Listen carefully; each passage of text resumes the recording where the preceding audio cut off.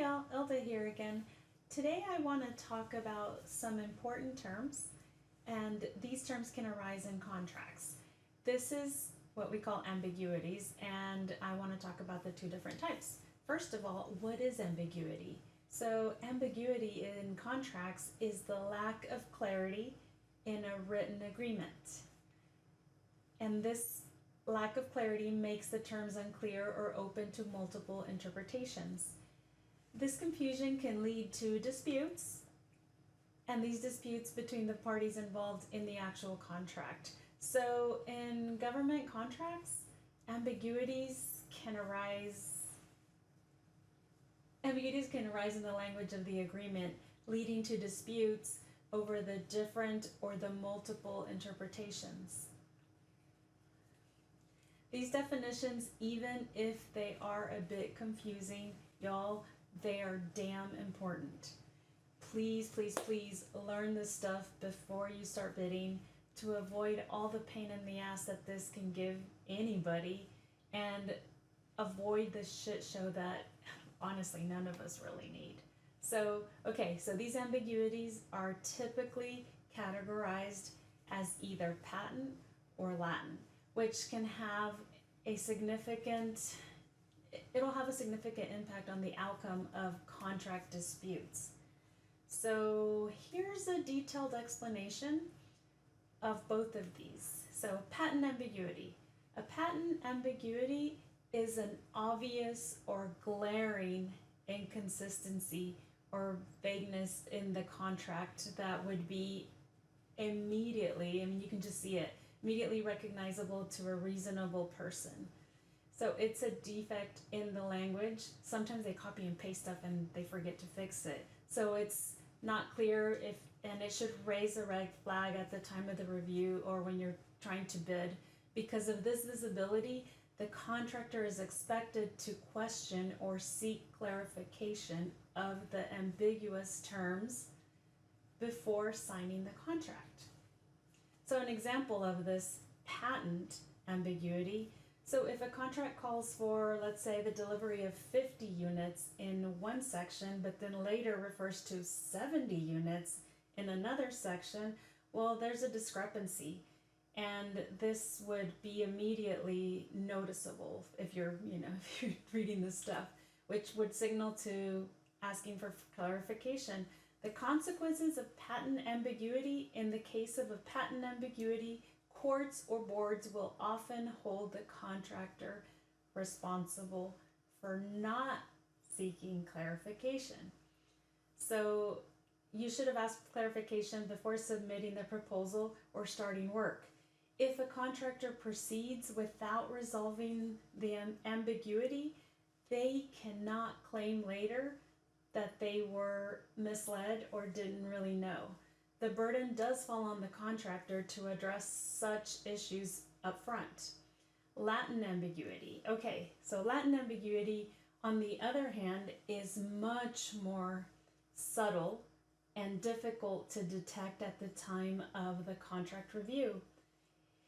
It arises when an inconsistency in the contract language only becomes apparent when specific circumstances or facts are brought to light. And this often happens during the contract performance. So in other words, a Latin ambiguity is hidden and wouldn't be recognizable by a reasonable person just from reading the actual contract alone. So an example of a Latin ambiguity, let's say that a contract specifies that delivery should occur by the end of the third quarter, without clarifying whether this timeline is based on the actual contractor's fiscal year or the calendar year or anybody's fiscal year. This type of ambiguity may not become apparent until performance or an actual deadline is hit, so disputes can arise.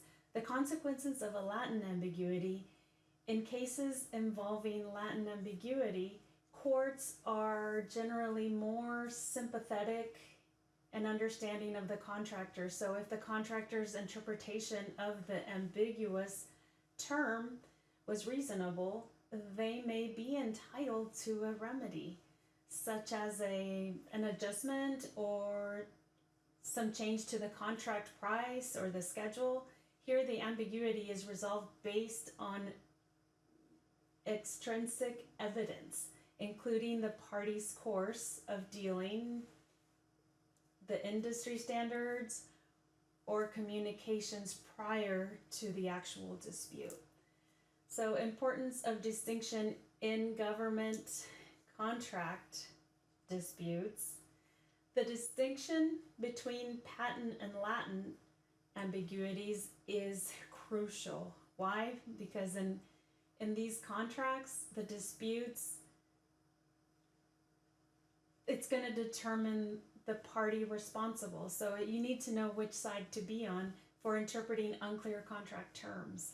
So in cases of patent ambiguity, the government is typically not held liable if the contractor fails to ask for clarification.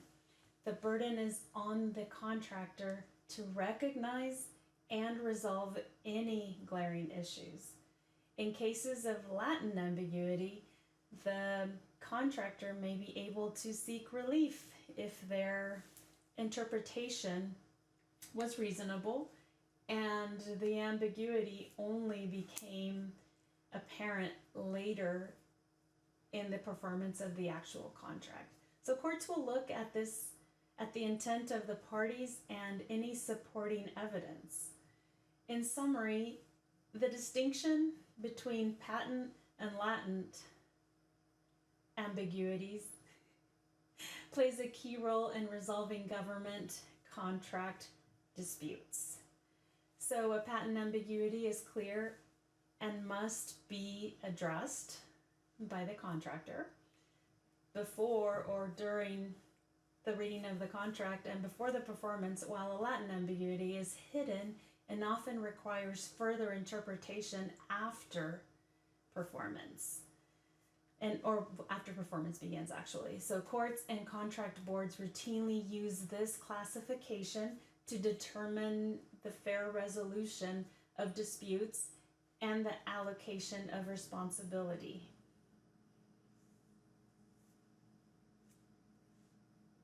If you didn't understand that, because it is a little bit confusing, there's always clarification. Ask a question, comment, share. Let me know what you think. I'll see you in the next one. Thank you for watching.